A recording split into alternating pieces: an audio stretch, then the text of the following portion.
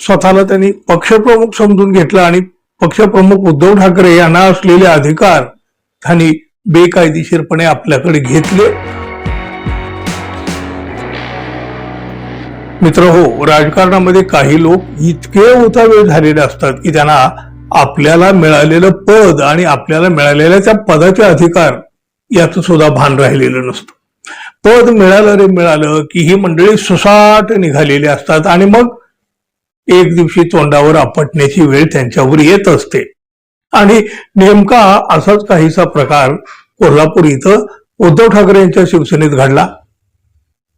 हा प्रकार केवळ धक्कादायक नव्हे, म्हणजे धक्कादायक तर आहेच आहे, पण शिवसेनेच्या इतिहासामध्ये पहिल्यांदा घडलेला आहे.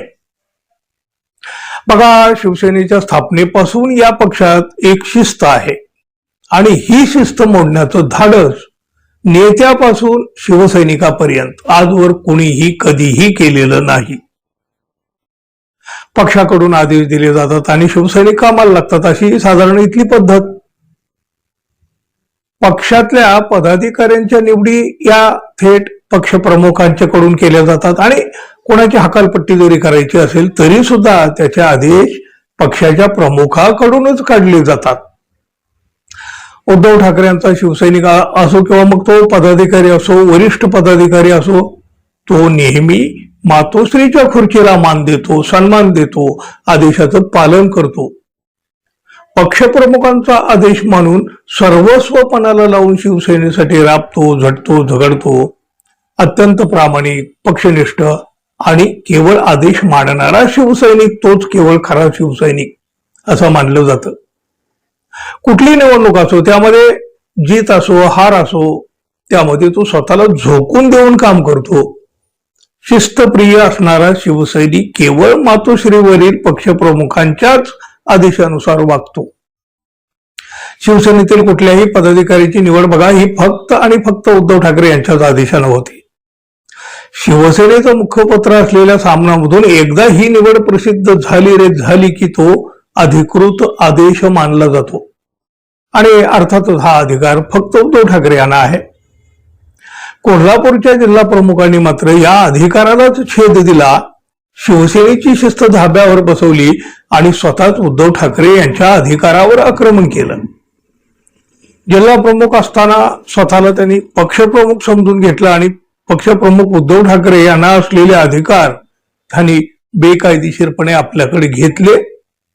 जिल्हा प्रमुखांच्या लेटर पॅडवर त्यांनी चक्क पदाधिकाऱ्यांच्याच निवडी जाहीर करून टाकल्या.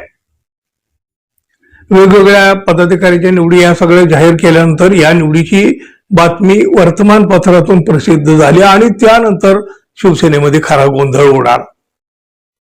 उद्धव ठाकरे यांच्या आदेशानं सामनामधून या निवडी जाहीर होण्याच्या ऐवजी हे काय, इतर वर्तमानपत्रातून या बातम्या कशा आल्या आणि सामनामधून कशी नाही आली, म्हणजे असा प्रश्न साहजिकच शिवसैनिकांना पडला.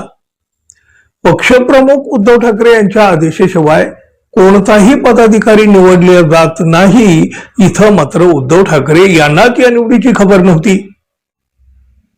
अनेकांनी मग मातोश्रीपर्यंत संपर्क साधला, या निवडीबाबत चौकशी केली. तेव्हा कोल्हापूरच्या शिवसेनेमध्ये काहीतरी वेगळं घडलं याची जाणीव मातोश्रीला सुद्धा झाली. आणि मग अखेर पक्षाचे सचिव विनायक राऊत यांनी थेट या संदर्भात आदेश काढले आणि जे काही प्रसिद्ध करण्यात आलेल्या पदाधिकाऱ्याच्या निवडी वगैरे होत्या त्या सगळ्यावर स्थगिती आणली, म्हणजे स्थगित करण्याचे आदेश त्यांनी थेट कोल्हापूरच्या पदाधिकाऱ्यांना देऊन टाकले. अहो, जिल्हा प्रमुखच पक्षप्रमुख बनायला गेले, स्वतः तोंडावर आपटले, इतरांनाही तोंडावर पाडलं. केवळ कोल्हापूरच नव्हे तर उभ्या महाराष्ट्रात याची चर्चा होऊ लागली. शिवसेनेच्या स्थापनेपासून शिवसेनेमध्ये कधीही न घडलेली गोष्ट कोल्हापूरच्या या पठ्ठ्यानं मात्र करून दाखवली आणि साहजिकच महाराष्ट्रभर त्याची एका वेगळ्या पद्धतीनं चर्चा सुरू झाली. मित्र हो, धन्यवाद. पुन्हा भेटू. नमस्कार.